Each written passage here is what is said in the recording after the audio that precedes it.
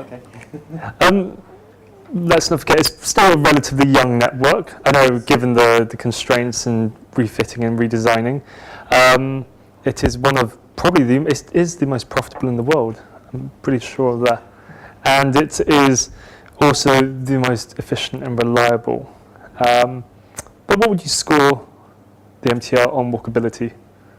Ooh, that's a tough one, given my position. I was going to call my talk 5 billion journeys, 5 billion steps, because I'm sure that must be how many steps are taken in our network every single day. It's very hard to measure that in any one individual. I showed Jordan Station, where the entrances connect straight up into a very dense urban fabric, then Hong Kong Station, where we had to build these very long adits around. And that's, in one sense, it's sheltered. We're dealing with the geography of the area. But at the same time, I personally, like a lot of people, I'd rather walk on the street.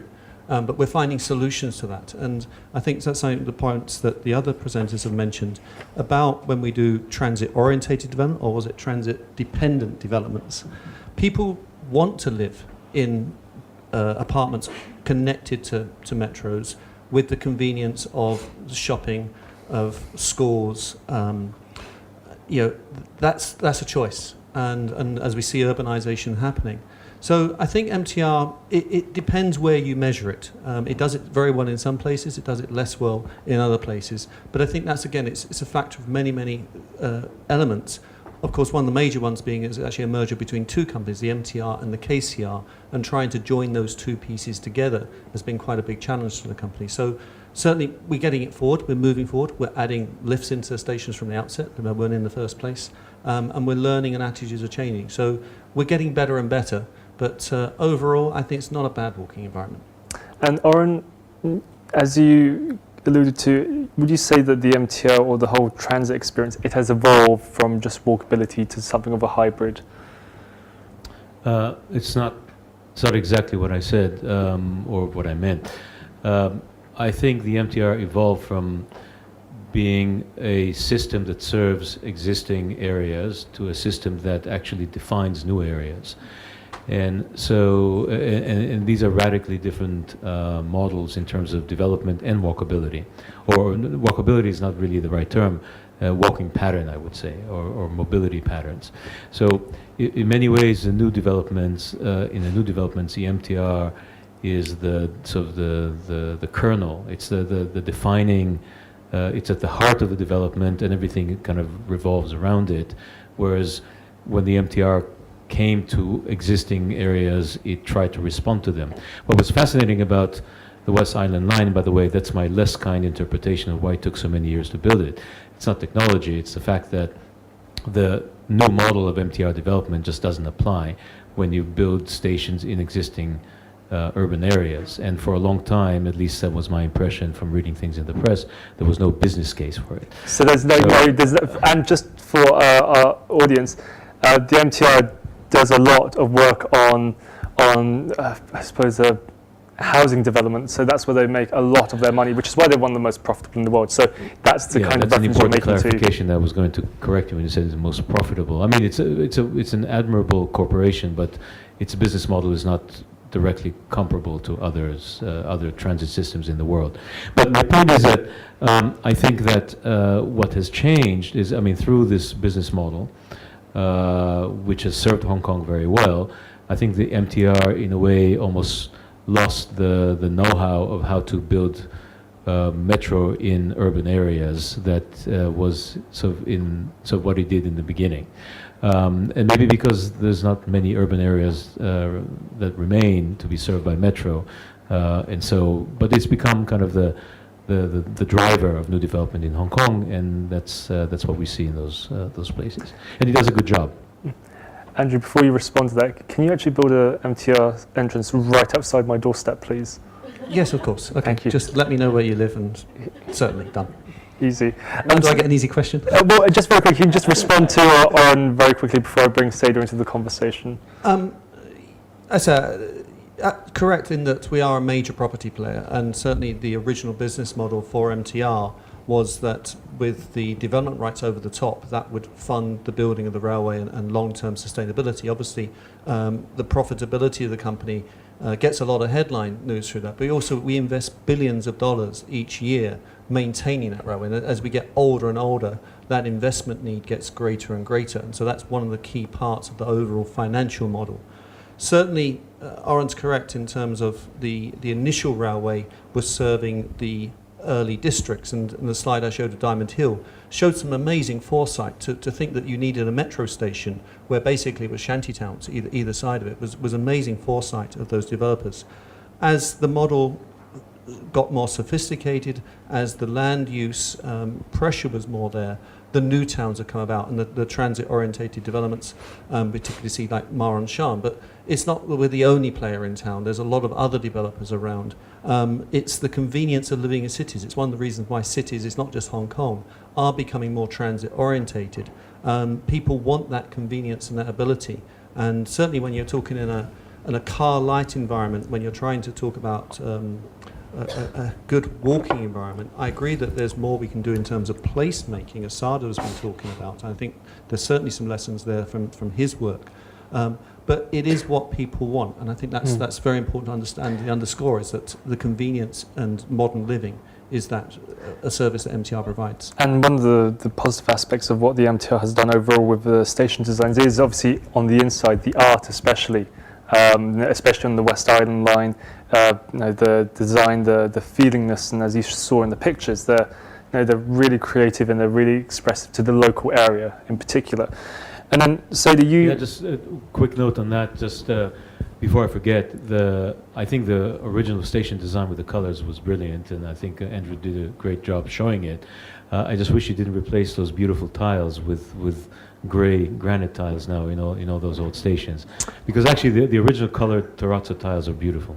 Anyway, and they make a place. See, I'm more of a modernist. I'd like to see the new design though. Can't please everyone. No, There's still some old ones out there, Yes. but frankly, after 40 plus years, those tiles were pretty tired and worn out. As many billions of feet had walked on them, and they did need replacing, and that's reality. Sadie, so you talked about, especially you kind of alluded to the Chinese metro systems, the whole design thinking, it's either nondescript or too descriptive, too loud, too bashful. I think what I've been hearing from people, it's the Chinese metro system is not really designed for walkability. It's designed for commuting, not really for the passenger. Why do you think we are overall, and where do we think we're going wrong with the design of the Chinese metro systems? Probably too loaded, but I try and understand it at an innocent level, that in fact, as we all know, it is in fact very possible to have extremely high density, good public transit network, and high quality and good public realm. Manhattan proves it, Tokyo proves it. If I remember correctly, do correct me if I'm wrong, the ridership of a public transit in Tokyo is 0.9. That in Hong Kong is 0.6, whereas that in Beijing is 0.2 something. Now, it proves, especially in the case of Tokyo, and some parts of Hong Kong, I would say, in fact, it's actually possible to have these three, and they are not trilemma. High density, good public realm, and also a very, very vivid sort of culture, if you like. Now, what it went wrong, or how it went wrong, I guess everybody has his own judgment. But one thing that we mustn't do is that to drive through, as the Italian would say, you drive through a city. I think we just cannot drive through a city. We have to work with that city. And in working with that city, it doesn't actually have to have castles or fortresses, as Austin said. I mean, Manhattan proves it. Even in the new development, there aren't fortresses. So something actually is not mathematically right there. Thank you very much indeed. I'm just wondering, what's your take overall? You alluded to the BRT, which is the bus rapid transit. These haven't really taken off as such, but we are seeing more and more Chinese cities using these kinds of methods, aside from the MTR, aside from traditional bus networks, to connect people to places and trying to encourage people through walkability to get to those little island platforms. Are they the best idea for encouraging walkability? I wouldn't say they encourage walkability. Okay, let's think of what BRT is. BRT is, well, it depends on the context. First of all, it's actually probably the fastest growing mode of public transport in the world. So I wouldn't say it's not popular. It's actually very popular. The fact that we don't have it in Hong Kong yet is maybe a sign of our lack of open minds more than sort of the popularity of the relevance of this particular mode. But let's think about it. It's mass transit. It's mass transit. It's street level mass transit, which makes it in that sense compatible or easier for the walking public to access compared to going down flights of stairs to catch a metro, an underground metro, or an elevated train. As I was trying to say in my slide, that's the advantage of it, but it's also the potential disadvantage to cities and to walkers, because that's putting a lot of infrastructure, especially the very high capacity BRTs, like the one in Guangzhou, like Bogota, like some of the routes, certainly in Mexico City that I see. They become, because of the high frequency, the size of the buses, the size of the stations, they become a bit of beyond a certain point, they become an impediment to walking, or to kind of, the sort of permeability of the urban fabric. So my own point of view, and and the other thing you have to remember is that BRT in many ways is metro on the cheap. I mean, basically you get the capacity. I remember Enrique Peñalosa that Roberto, he knows very well, the big champion. He's the one who initiated the BRT in Bogota, very successful to this day, maybe the most successful. He once sent me an email, said, how many people, what's the peak number of people the MTR in Hong Kong moves between any two stations? And I asked someone from MTR, and he gave me an answer. I forget what it was, 50,000 people, I think, between Fortress Hill and Causeway Bay, something like that. And he was really furious because his BRT only moves 40,000 people in the peak hour in the busiest section. The point is that it's a lot of people, but you pay an urban price when you do that. However, it costs a fraction of what an MTR line would cost. Mm. So these are kind of the trade-offs. Andrew, I want to talk a little bit more about your experience in other cities. You talked about Singapore. What do you think you can bring, and actually just talk to the audience a little bit more about where you've been and where you've designed, because you've designed over 200 stations, so you've been a very busy man. Can you just talk a little bit more about your experience in Singapore and Dubai and elsewhere, and how you plan to implement more of what you've done in Hong Kong? And by the way, the picture of Dubai, was that something that you helped design? Yep, that was my line. That's the red and green line in Dubai along Sheikh Zayed Road. I'm sure that none of these are on commission to plug each other's work. Well, let's start with the Dubai Metro. I was there for 2 years, from 2006 to 2008. The red line opened in 2009. On the 9th of September 2009, 999, at 9 p.m., 9 minutes past 9 p.m. and 9 seconds precisely. The fact that the actual railway wasn't finished wasn't too much of a problem to the Sheikh. He actually took a train just between two stations, because those were the only ones that actually finished at the time. And of course, it's since then been finished. It was quite a remarkable railway project to work on. It's actually technically a light rail system, so it's actually a smaller vehicle, but it's obviously elevated. And one of the big challenges we had as the architects was Sheikh Zayed Road is massive. In places, it's 19 lanes wide, and it's a pedestrian barrier, as Oren pointed out. It's the only way to cross it in some ways was actually to take a taxi. There was no physical way of walking across it. And one of the key objectives was to provide these air-conditioned footbridges that you couldn't see from Orange Slide. There's actually travelators in them as well. So you actually have moving walkways inside them. But in terms of architecture and urban design, the stations were designed to be absolutely massive because the road is massive, the buildings are massive, and so the stations have a certain presence on that massive street. You go inside and they are a riot of colour. They're like nothing else in Hong Kong or Singapore or frankly anywhere else I know around the world. Do they have gold?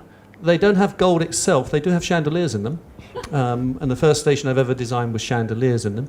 And it all comes down from the Sheikh Mohammed. It was the interior designer of the Burj Al Arab, which if you ever know is the 7-star hotel. It was the same interior designer from that hotel who was the consultant for our metro. And we've created a metro like no other, and I don't think I'll ever do another one like that in my entire career. But it's what Dubai wanted. I've never seen a client happier when they walk into the station as I've seen there. And it's exactly what they wanted. But you couldn't do that here in Hong Kong. I have to, though, point out the very important difference between Dubai and Hong Kong in that sense. Hong Kong, the stations, the original line, were very utilitarian, as Andrew described, beautiful in their own way. But they were designed for success. Hong Kong designed the metro station as mass transit, where the platforms were long enough to accommodate 10-car trains. There were all these even safeguards. I mean, Andrew showed those plans that showed the Central Shatin link. Certainly, Sheung station was designed for an extra line that wasn't built quite that way. What struck me about the Red Line in Dubai is that the stations cannot be extended. They have limited capacity. But by the way, we're saying it's not even a train; it's a people mover. But that's a detail. So the point that although the money that was spent, it was very strange for me to see when it first opened that it was a bit like what you see in mainland China. It was certain hours already at capacity as soon as it opened, and there was no way you could extend them. Just like metro lines in Beijing cannot be extended. They were built. The stations are too short, and the trains have too little capacity. So Hong Kong MTR, I think, had the foresight in the 70s to. It was designed to succeed, and we see to this day. I just wanted to add, you talked about the client being happy, the architect, Sheikh Mohammed, being happy, but are the travelling public happy, especially from a perspective of on walking and connecting, that important connecting aspect to public transport? I think the RTA, the Roads and Transport Authority, are the client there. The metro was just the top layer, and up until that point, Oren's correct, Dubai, very, very hot, fiercely hot in the summer. Got oil that basically comes out of the ground, so cars are cheap, oil is cheap. So it's very much developed around the North American car model city, and there's a lot of that mentality about the place. And certainly when I was designing the stations there, talking to the adjacent developers, they didn't want to connect to the metro. They said, well, our customers drive Ferraris and Porsches. What do we want these cheap people coming on the metro into our expensive... Just tell them they've got Ferrari metro trains. Yeah, that's the attitude that we were dealing with. It has changed. The metro has changed it. But it's also on the back of the fact that it's not just about the metro. If you go to Dubai today, you'll find a very extensive bus network that's been put in place. There's also a river transportation network. So there's been a whole transportation master plan of which the railway is the backbone. And that, I think, is very much similar to Hong Kong in terms of the metro is the backbone of our transportation network here. But I think you've got to give some credit and context to the Dubai situation, that they were starting a new metro in a city that had been addicted to the car, and in a climate where walking 1 minute in 50-degree heat is really, really unpleasant, and people will then choose to take the car. But it's been phenomenally successful, as Oren points out. Yes, a lack of expandability, but that's expandability physically in the station size. What it is designed to do is have more trains running more frequently, and that still can happen over a number of years. It's still not reached its operational capacity yet. Okay. And also Singapore, because one of my favourite stations in Singapore is Stadium MRT. And I discovered that you had a hand in designing that as well, or commissioning that. Talk to me about the relationship between obviously the traditional MRT and the design to create a different user experience. The Stadium Station was on what I think was alluded to as Circle Line. It was originally called the Marina Line, and It was a project that I was involved in right from the very outset, and we had a tagline. Singapore has this garden city, city in a garden tagline it goes. And we had a tagline when we was commissioning those stations and the architects to bring the garden city underground. And our overall design philosophy for that whole series of stations is how to bring daylight underground. Stadium was a very unique location next door to the National Stadium, which was due to be demolished. We didn't know exactly where it was going to be relocated, but we assumed it was going to be in the same sports area. But the big physical challenge of that station was how to design a station which is relatively small capacity relative to a stadium that can take 80,000 people. There's no way a single station can handle 80,000 people coming out of it at the end of a football match. So there's a lot of work going into that station in terms of the pedestrian movement. After an event ends, how do we corral the people through? The architects, we had an international design competition, and the architects for that was Woha, a Singapore firm. Their original proposal was to take the road over and above and then create a pedestrian area underneath. But when we started to analyse that from a traffic movement point of view, we realised we could actually get rid of the road entirely. And that was what enabled that station to be what it is. And then with the two direct accesses and the daylight flooding down. Sorry, audience, if you haven't seen this station, get Google out and tap in Stadium Station. I'd also say that in my entire 200 station career, that's also my favourite. So, you know, thank you. Actually, no, I wish I was on commission, just mentioning that. I want to talk now about the intermodality challenges and walking within a transport system. How do you rank Hong Kong on that, Oren? Well, as this one slide that I showed about Hong Kong Station shows, I mean, I think the MTR internally does a great job. I think the MTR is actually, it's as good as any metro system that I know in terms of the connections between lines within the station. By the way, it needs to be said that again the original idea of cross-platform connections that was implemented in the early design of the MTR stations is unique and fantastic and amazingly hasn't been emulated, as far as I know, almost nowhere. Airport Express, by the way, is another example of a great... Singapore did copy it. Okay. But where it fails, and I think Andrew agreed, Hong Kong doesn't do a great job with intermodal integration for reasons that have to do partially, I think, because that's not unique to Hong Kong. We work in many places around the world, and the problem of different authorities, different departments, different companies overseeing different modes of transport is the beginning of the problem. As Andrew was saying, in Singapore, it's the exception where actually New York is too, where different modes are under the same organization. In Hong Kong, it isn't the case, and in some cases, there's even direct competition between certain bus routes and the MTR. So there's it just doesn't. It's just not in the DNA of the design process in Hong Kong to provide intermodal integration. We don't suffer so much from it because we have such abundance of options that most of the many journeys can be taken with a single mode of transport without having to transfer. So intermodal connectivity in Hong Kong is not as critical in many journeys as it is in some other cities. Like Mexico City comes to mind. Again, the city that we work in a lot, and where it's a real problem. But yeah. And so with the developments like you mentioned with Taikoo in Beijing and beyond, do you think, as with architects, developers, they're getting it right, they're shaping these kinds of new developments with the intermodality of having metro and bus, or is there still a bit of a problem with connectivity? At the moment, as we all understand it, it's out of control, put this way, because it's totally controlled. In a way, I love the stations in either the MTR or the MRT where they are surgical, where they are in fact working with a city fabric or trying to create a city fabric, as in Dhoby Ghaut, as in university stations. And I guess that's actually proves the point. If I stress once more, it's actually not a trilemma to have a high density, a very good transit system and also vivid public realm.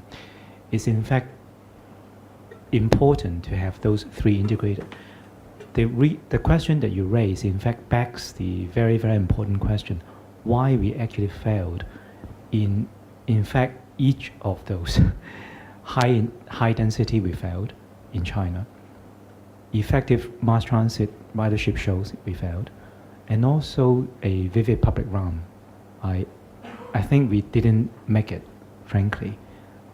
Thank to a lot of colleagues and also some of our key stakeholders, we managed to somehow congratulate ourselves in making places that people enjoy. But you do not see people enjoy staying at stations at all because of the very fact that we are having this one mentality that we are to drive through, that we are to build a world around each station. And I think that mentality is dubious. In fact, transit is to connect the worlds, not to build a world around it. And let's not forget, who has ever experienced the Chinese metro system, you have to go through an airport-style screening system. You have to screen your baggage more often or not and go through airport-style scanners. So in a way, would you see that, to our panel, do you see that as a barrier to passengers to walkability in that respect? Who would like to go? Oh, absolutely. I mean, but that's the world, the security world we live in, particularly after the London bombings. I think everyone's been very, very conscious of the security risk and the challenges that certainly some of the European metros that have faced. I love transit and I love the mass transit part of it, but it requires a certain. We're all living in this city together. We're fortunate here to live in a very safe city in Hong Kong, but some of those challenges that you end up with airport-style scanners sometimes could be inevitable given the current security situations. And actually, I suppose, but I think there's a point you raised, Oren, as well, with the Chinese railway stations. They're built like airports.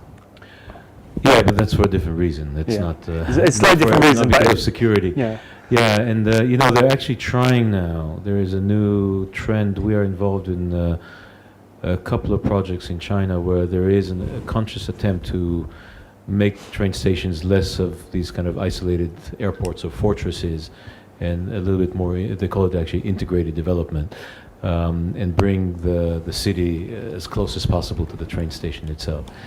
But look, the issue of security screening, I pray that we won't face that situation here in Hong Kong and many other cities, because to be honest, there's no upside to it, and it's going to be if we get to it, it's going to be a mess here, just like it is in China. I just want to quickly put you on the spot, Andrew. You talked about safe, effective, and efficient MTR system. Yep. Is there a case for adding walkability and making that some kind of an official tagline? I think walkability is at the core of what we do. As I say, I think and what we're moving on towards with our longer adits is to move away from those anonymous spaces, and certainly making them more walkable is a goal of myself and my entire architectural team. We are the people. When I joined MTR, there was this perception that we were an engineering company, and I think over the past few years there is a definite shift within the company management to say we're about giving people a great experience, and that includes a great walking experience. That's part of our DNA. And especially when you say you're not just an engineering company, you are Hong Kong. A great statement to make would be safe, efficient, walkable. I'll let you think about that. It's a rhetorical one. I don't want to get you in trouble. I think we are already. Ladies and gentlemen, do you have any questions for our panelists? If you'd like to perhaps raise your hands. I'll go with this gentleman first and then with Paul in the middle, just to the far end. If you'd just like to raise your hand again, sir. It's a general question. I wish to thank those who have presented. I've learned so much from all three of you. Your master of your topics, and each thing you presented was very, very clear to me. And I just have one question. You gave the advantages, you gave the disadvantages of the increasing of or development and in transit areas. Now, with this development and with these new facilities coming up as far as the metro is concerned and as far as walkability is concerned, don't you see that there is a tendency that the culture of the people around where there is a metro is gradually being effaced? Because the more people come, there is somehow we dilute the culture. And one of the presenters said, when you come into an area, I cannot remember so well the area, you used to get the aromas of that area, the food and things like that. But now, with the development, is there not a danger that this, the culture of the people around there is it's wiping out? Sadie, you're nodding. Would you like to? Yeah, that's some people call it aroma or stinks. In fact, yeah, you see that choreographed these days too, in the extreme. I mean, if you go to, say, Nagoya stations, the first thing you probably smell is croissant. It's actually very choreographed.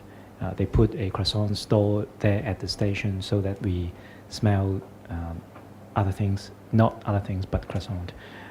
In fact, that's a very good example of transplant. In fact, I guess our task really, I mean, our collective task around this, both panel and our profession really, is to allow that to not happen. Is in fact to design an open platform so that people are able to not just present, but able to co-create a culture. Now, we don't see that at enclosed fortresses, or we don't see that at a world that actually built around transit nodes, especially when it's tightly controlled by safety and all that stuff. But we do see that in real cities. I mean, we all remember when we come out from the Manhattan stations, we have these smells from the flowers or hot dogs, most likely, in fact. But those are the things that make us human. Those are the things that remind us that we are actually at Manhattan. I guess we are losing it, you're right. And I guess we need to fight against that. So I guess that's really a question that we need to pose ourselves at both practices and also personal level, how we can fight against that.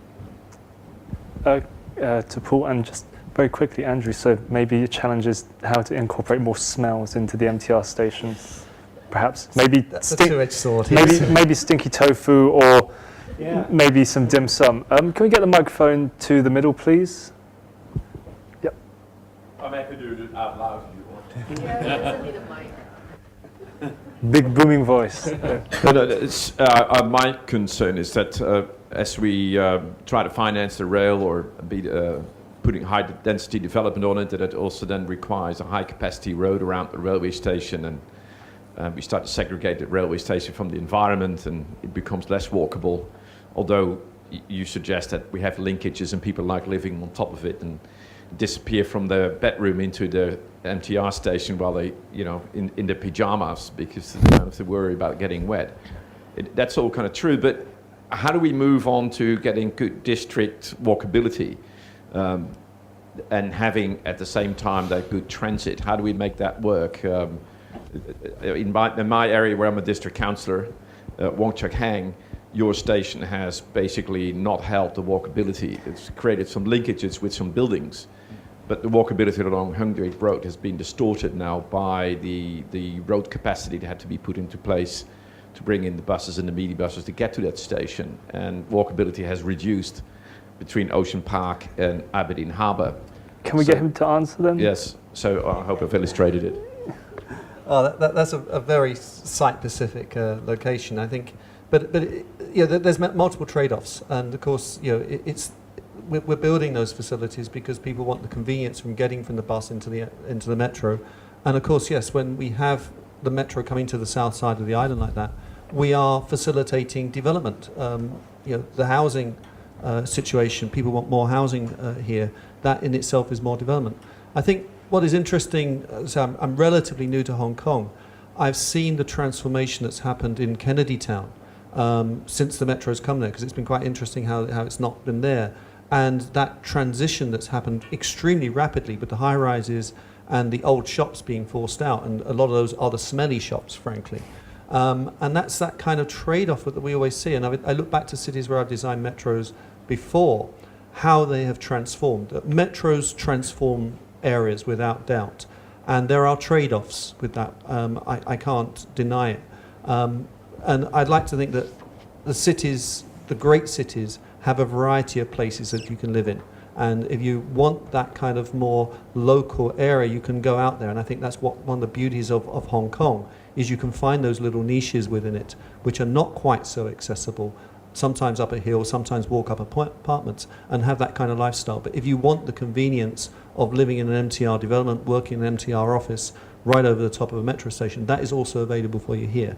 And I hope that Hong Kong maintains that long term.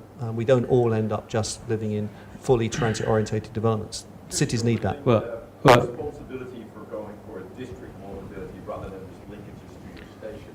Isn't that an MTR responsibility? Be responsible. Paul, I don't think it's fair to lay this to the MTR, because I think that what you're describing is a failure of urban master planning in Hong Kong, which would not sort of delegate the planning of districts to the MTR and property developers, which is really what's happening, and highways department. So, I mean, Kennedy Town is instructive in the sense that it's a bit going back to what I said earlier. It was a contemporary case of the MTR doing what it did in the beginning, which is coming to a pre-established urban area, which is highly walkable, mixed use, very accessible, and the transformation was more socioeconomic, but that's inevitable, Andrew, as you're saying. But Paul, if you ask me, the way to design new districts around an MTR station that will be a bit more like Kennedy Town and a bit less maybe like Olympic Station, understanding that some people love living in Olympic Station, but let's just say we want something that's a bit more like the old sort of walkable urban areas, is to start by putting the trains again underground and master planning the district, as opposed to building the guideway and the high capacity roads, and then parceling out the bits of land that remain to property development. But that's master planning. That's nothing to do with the MTR. MTR is a participant, but I don't think they have the ability to change that pattern. That, as you know, should go to the government. Thank you very much indeed, everyone. Time is up. I'd like to thank our guests on stage, Mr. Said Alam, Mr. Owen Thatcher, and thank you very much indeed as well, Mr. Andrew Mead. I know you're all very hungry. Just very quickly, we do have our workshops that we're going to host on Friday, 35 of them, including these two. Maybe, as Andrew said, he had a great lunch the last time he was with his group. Maybe he's offering free lunch this time. I don't know. Company expenses. Please do make sure that you sign up, and you can sign up for more than one. 20 per place for some, if not all, of the workshops. So please, I do encourage you at the desk at the entrance when you walk in. There's a mine is identified as hosted by HKIUD, just so you know. Well, I hope you all have a fantastic lunch, and there is another parallel session after lunch at 2 p.m. here and in rooms T1 to T6. So for now, thank you so much indeed, and please do not leave your stuff on the chairs, because I will probably take it and sell it. Thank you, and have a great lunch. Thank you, everyone.